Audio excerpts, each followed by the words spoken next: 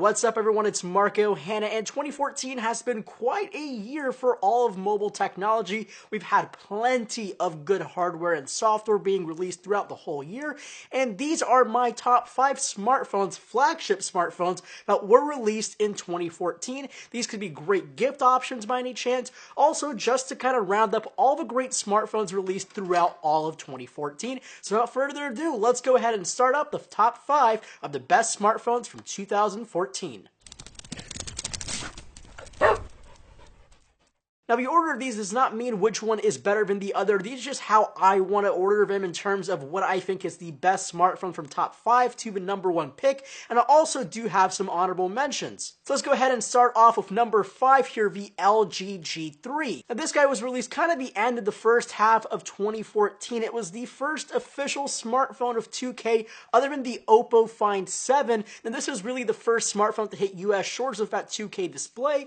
And it had a lot of good hardware, a 2.5 gigahertz quad-core Snapdragon 801 chip, 3 gigabytes of RAM. It had an incredibly good-looking design. I mean, we're talking about an almost bezel-less design here, and it just was really, really good. It had OIS, 13 megapixel camera. It was just a very fantastic smartphone. Now, the build quality wasn't all too great. We first thought it would be a metallic finish, but actually it's still a plastic finish, and the software was kind of flattened out, made a little bit more streamlined, and generally it was a really great device, and a lot of tech YouTubers really loved the LG G3, and especially for that 2K Quad HD display. Now, it is pretty dim compared to the OLEDs and different IPS panels, but it was one of the best of its time, and it's still a very great smartphone. Now, number 4 is actually 2 devices that should already give you a hint of which ones I'm talking about. I'm talking about the iPhone 6 and 6 Plus. Now, you can say whatever you want. These 2 devices do deserve to be in the top 5 here because they actually have a giant leap from design and just kind of a standpoint from Apple,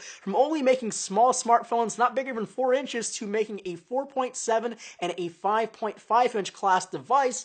And the iPhone 6 is really one of the first biggest steps from Apple to really depart from that small smartphone type of form factor. Now, the iPhone 6 had a 4.7 inch display IPS panel. The iPhone 6 Plus had a 5.5 inch full HD IPS panel.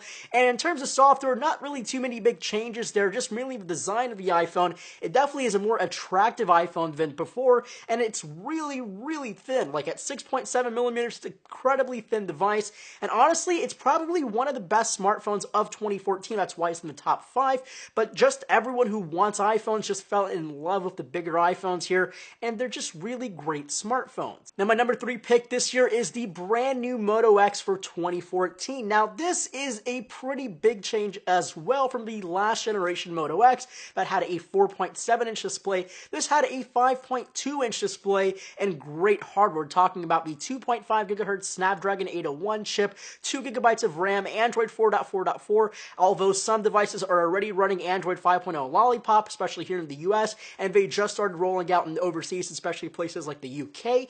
And again, this is basically what we've wanted from Motorola, a very good smartphone, an amazing build quality, a metal around the sides, really good materials in the back, just like before with Moto Maker, and also we have Android 4.4.4 KitKat and 5.0 Lollipop in almost bare stock form, and that's just a really great friendship and kinship that Google and Motorola having, now Motorola being owned by Lenovo. Now, my number 2 device is often forgotten for how good it was and still is, which is this guy right here, the HTC One M8 smartphone, released early 2014.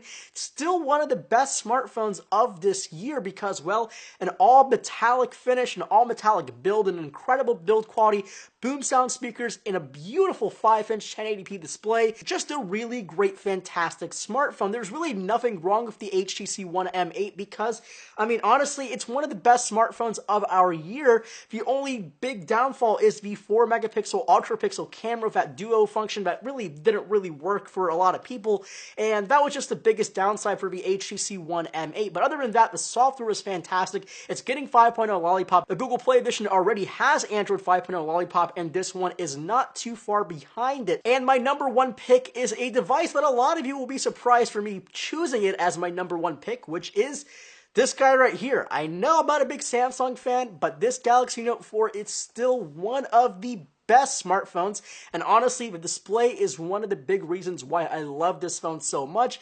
This display is incredibly crisp, a Quad HD 5.7-inch Super AMOLED panel.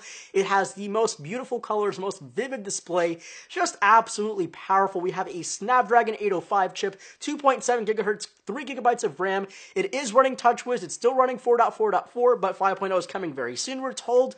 Just generally a great phone. It also has a kick-ass 16 megapixel camera, OIS, the whole 9 yards. This is one fantastic flagship of all of 2014, and in my opinion, this is the best Samsung phone I've ever used ever, and especially for 2014, and this sets the bar pretty high for 2015, so I'm incredibly excited to see the new Samsung Galaxy Note 5 next year in September. So those are my top 5, but I do have some honorable mentions of phones that are really, really good, but just didn't manage to make the top 5. So the first one I want to talk about is the BlackBerry Passport. Now, honestly, I haven't had too much hands-on time with it. Cam did his full 30-day challenge and a full review of the BlackBerry Passport. And while BlackBerry is generally recognized as a dead company, the BlackBerry Passport has flagship specs, a really strange passport form factor, and just, it's incredible to see how much interest is in that phone, because that was a very popular phone and popular video for phonedog.com. Most of you guys should know what this phone is. It's the brand new Motorola-made Nexus 6, and while this phone is absolutely a beast, it didn't manage to get into the top 5 because, one,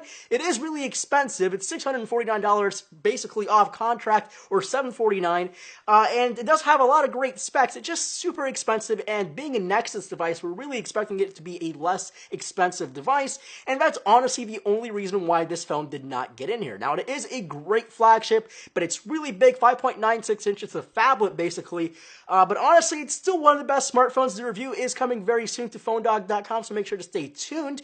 Actually, should be a couple days after this video is posted, but it's just really, really darn expensive, and it's super, super big. Like, it's bigger than my face, basically.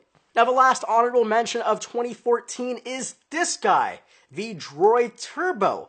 Now, the reason why this is not in the top 5, and it really should be, is because it's a Verizon Wireless exclusive, and for that reason alone, it is not allowed to be in my top 5, because you can only buy it if you are a Big Red customer. Now, this phone is absolutely jam-packed with the best specs. Basically, all the specs of the Nexus 6, so an 805 chip, 3 gigabytes of RAM, 2.7 gigahertz quad-core processor, and it will be running Android 5.0 Lollipop. It even has a bigger battery at 3,900 milliamps, but it's just on Verizon Wireless. It even has a smaller 5.2-inch Quad HD panel, not 1080p, more pixels per inch than the Nexus 6, or really almost any phone except the Samsung Galaxy LTE-A edition of the Galaxy S5, which has a 5.1-inch Quad HD panel. So honestly, this phone deserves to be in it, but because of the Verizon Wireless only deal type of thing, it just does not deserve to be in my top 5. But it's still a very fantastic smartphone, and especially if you're on Verizon Wireless, you might want to buy this thing because it's a complete beast. So those are my top 5 smartphones and honorable mentions for 2014. It's been an incredibly crazy year, jam-packed with a lot of great smartphones and a lot of good software and a lot of great stuff and a lot of good people here on YouTube and phonedog.com. So again, I want to say thank you to everybody who has supported PhoneDog. We're continuing to grow. We're definitely going to make a lot more videos in 2015, so make sure to stay tuned. And also, I want to hear what you guys think about those top 5. What are your top 5s? Make sure to leave your thoughts and comments below in the comment section. Make sure to give this video a thumbs up, and if you haven't already, subscribe for future videos here at phonedog.com. And as always, my name is Marco Hanna, and I'll catch you guys in the next video.